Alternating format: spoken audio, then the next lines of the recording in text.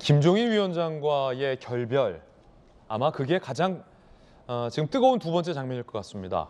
김종인 위원장과 33일 만에 윤석열 후보는 결별을 선택했습니다. 이제 남은 건 이준석 당대표와는 어떤 관계를 이번 선거에서 택할 것인가라는 선택이 윤석열 후보에게 있을 것 같습니다. 김종인 위원장은 윤석열 후보를 별의 순간을 잡았다라며 한껏 치켜 세우기도 했었습니다. 김종인 위원장의 이야기 들어보시죠. 별의 순간을 포착한 것 같다고 내가 얘기를 했어요. 사실은 허지달리게 검찰총장이 검사의 경력밖에 없는데 뭐 외교를 안 하냐, 뭐 경제를 안 하냐, 자꾸 이런 얘기를 하잖아요. 단순한 검사만 한 검사가 아니, 대단히 정무 감각이 많은 사람이라고.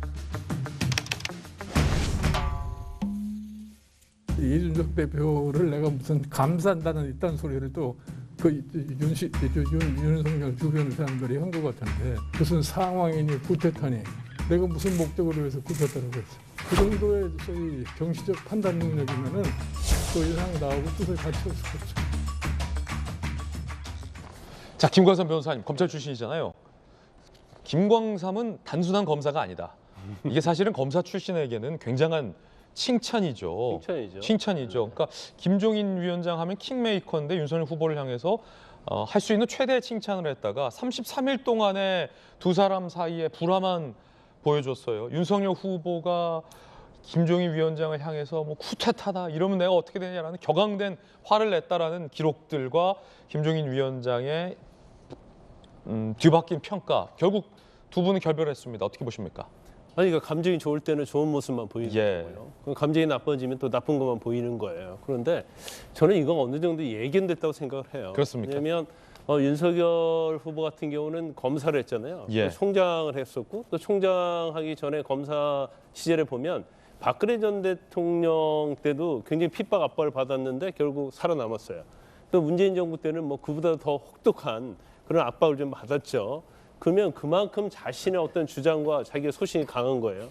근데 거기에 비해서 김종인 전 위원장은 사실은 좋게 말하면 킹메이커고요. 좀 나쁜 표현을 쓰자면 정치 기술자로 이렇게 얘기할 수 있는데 본인의 어떤 그 아지비를 주장이 엄청 강해요. 그러니까 결과적으로 둘의 충돌은 있을 수밖에 없었고, 오히려 제가 볼 때는 이 시점에서 빨리 결별하는 게 더 낫다 그런 생각을 해요. 왜냐하면 둘이 같이 같은 배를 타고 가기는 굉장히 어려운 측면이 있다 이렇게 봅니다. 그런데 제가 그 윤석열 후보 입장에서는 알터니가 두 개가 있는데 이제 하나가 김종인 위원장이라고 봐요.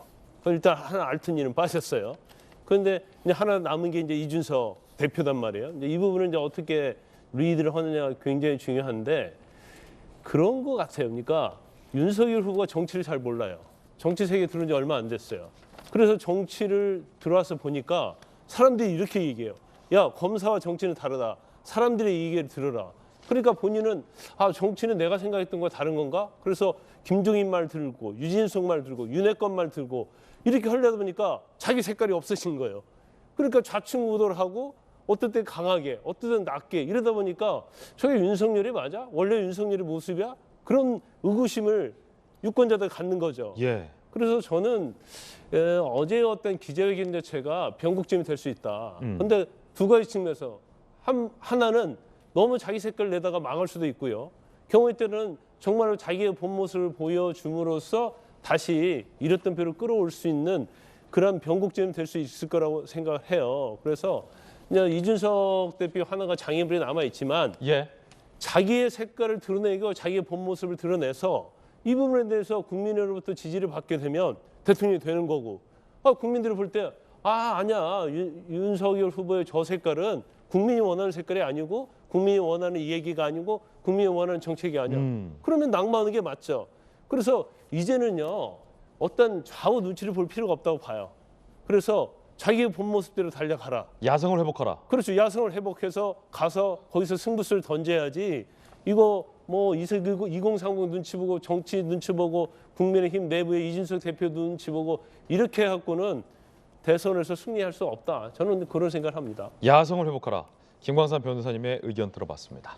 자, 이제는 말씀해 주셨듯이 이준석 당대표와의 갈등 문제가 남았습니다. 어제 윤석열 후보는 후보가 당대표를 어떻게 할 수가 없다, 권한이 없다.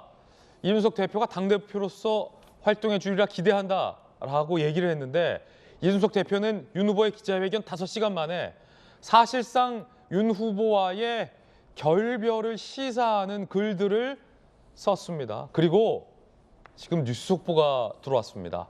제가 앞서서 확인해 보겠다, 사실관계를 체크해 보겠다라고 말씀을 드렸고 그 사이에 사실관계를 파악해서 취재를 했습니다. 이준석 대표가 윤석열 후보의 이번 쇄신카드 권영세, 이철규 임명안을 상정을 지금 거부하고 있다라는 뉴스 속보가 사실로 확인이 됐습니다.